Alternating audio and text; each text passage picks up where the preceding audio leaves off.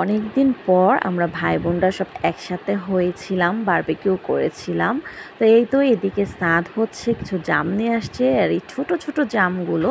Hello everyone, আসসালামু আলাইকুম। আশা করি সবাই ভালো আছেন। আলহামদুলিল্লাহ আমরাও ভালো আছি। তো এটা ছিল গতকালকের একটা ভিডিও। গতকালকে আমরা ছোট খালামনির বাসায় আমরা হচ্ছে নেহারি খেয়েছিলাম সবাই মিলে। আর এই কোরবানি ঈদটা আম্মুর বাসায় করেছি। আমি এই ফার্স্ট টাইম আম্মুর বাসায় কোরবানি ঈদ করেছি। সবসময় রোজার ঈদ করা হয়, কোরবানি ঈদ কখনোই করা হয় নাই, ফার্স্ট টাইম। তো এদিকে ঈশা চা বানিয়েছিল, চাটা অনেক মজাও হয়েছে। আর এই দিকে সাদ হচ্ছে কিছু জাম নিয়ে আসছে। জামগুলো এত মজা নাকি আলিফা বলছিল। তো এখান থেকে কিছু জাম আমি আলিফাকে দিয়েছিলাম। এই জন্য সাদের মুখের অবস্থাটা দেখেন, কেউ যদি তার থেকে মুখ ভেঙানো শিখতে চান চলে আসতে পারেন। তো এখানে হচ্ছে ভাবি আলু ভর্তা করেছিল আর করলা ভাজি করেছিল। বলেছিলাম শুধু আলু ভর্তাই করতে, যেহেতু হচ্ছে এই কিছুদিন হচ্ছে মাংস খাওয়া হয়েছে, আর এই জন্য। আর রাতে আমাদের অনেক অনেক আইটেম রান্না করা হবে, এই জন্য বলছিলাম। তো এদিকে সন্ধ্যার দিকে শিহাব হচ্ছে ফুচকা নিয়ে আসছে, আর সে ফুচকা নিয়ে আসছে এতগুলো বোম্বাই মরিচ দিয়ে, মানে কেউ যেন না খেতে পারে। অনেক অনেক ঝাল হয়েছিল, বাট আমি খাই নাই, যেহেতু আমার ছোটো বাবু। তাও মনে হয় 2টা খেয়েছিলাম শুধু টক দিয়ে। যেহেতু শিহাবি বানাচ্ছিল। আর এটা হচ্ছে কোরমা বলে, আপনারা কি বলেন অবশ্যই জানাবেন। এটা ছোটো খালামণি বানিয়েছে। তো এটা গরম গরম খেতে অনেক মজা হয়। তো এটা খেলাম। আর এখানে হচ্ছে পপকর্ন, কালারিং যে পপকর্নগুলো আমার কাছে খেতে ভালোই লেগেছে, ফার্স্ট টাইম আমি এটা খেলাম। তো এই তো এদিকে খাওয়া দাওয়া এটা শেষ করলাম। পরে মিথিয়া চা বানাইছে। চা মিথিয়া মানে মোটামুটি অনেক কাজ করছে, সে তো আবার রাতে খিচুড়ি রান্না করবে।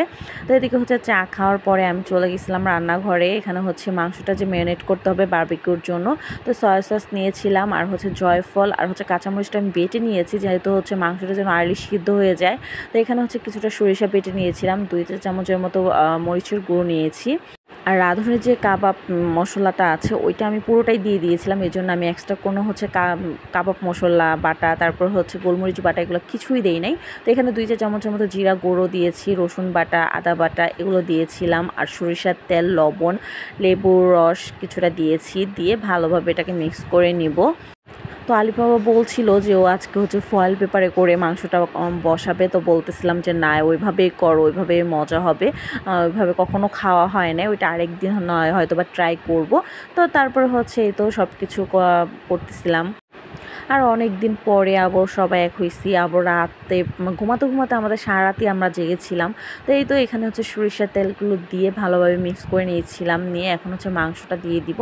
আর মাংসটা ভালোভাবে ধুয়ে পানিটা ঝরিয়ে রেখেছিলাম, একটু যেন পানি না থাকে ওরকমভাবে ঝরাতে হবে। তো প্রায় অনেকক্ষণই হচ্ছে পানিটা ঝরিয়ে রেখে এখন হচ্ছে মাংসটাও দিয়ে ভালোভাবে মিলিয়ে নিব।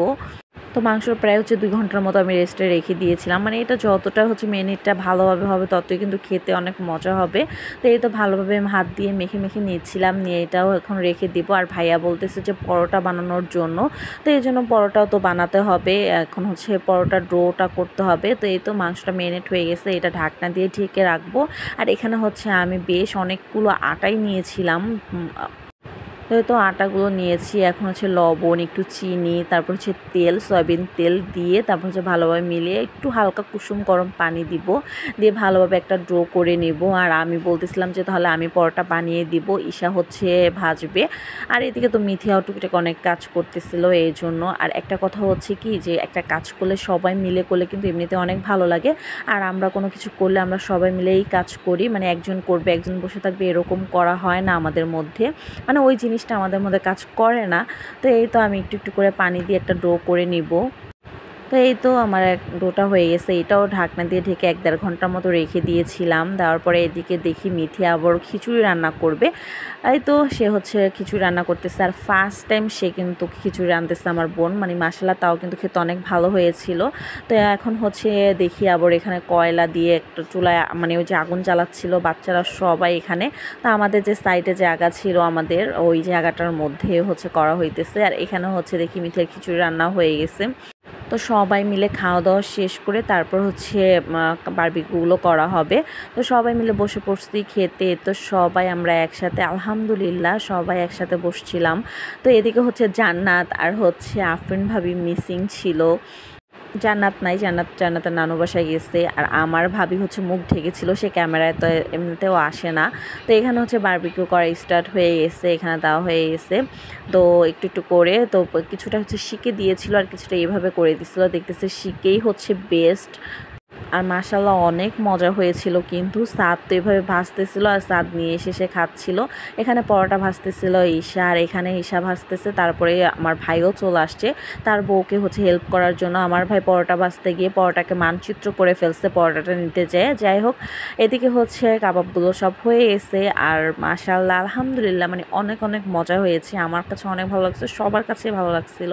আর এটা হচ্ছে পেঁয়াজ কুচি ছিল, এটা ফয়েলে করে এটা হচ্ছে ওই কয়লার মধ্যে দেওয়া হয়েছিল। তো এদিকে সবাই বসে খাচ্ছিল, খাওয়া দাওয়া শেষ করবে। খাওয়া দাওয়া শেষ করতে করতে এই প্রায় 3টার মতো বেজে গেছে, মানে 3টা বাজতে 10 মিনিট বাকি। তারা খাওয়া দাওয়া শেষ করছে আর এখানে খেলতে বসে পড়ছে সবাই মিলে। বাট আমরা হচ্ছে ঘুমাতে চলে যাব, যেহেতু আজান একটু পর পর উঠে যায়। তো এই তো সবাই খেলতেছে। আর এই ছিল একটা ছোট্ট ব্লগ। যদি ভালো লাগে লাইক দিয়ে পাশে থাকবেন।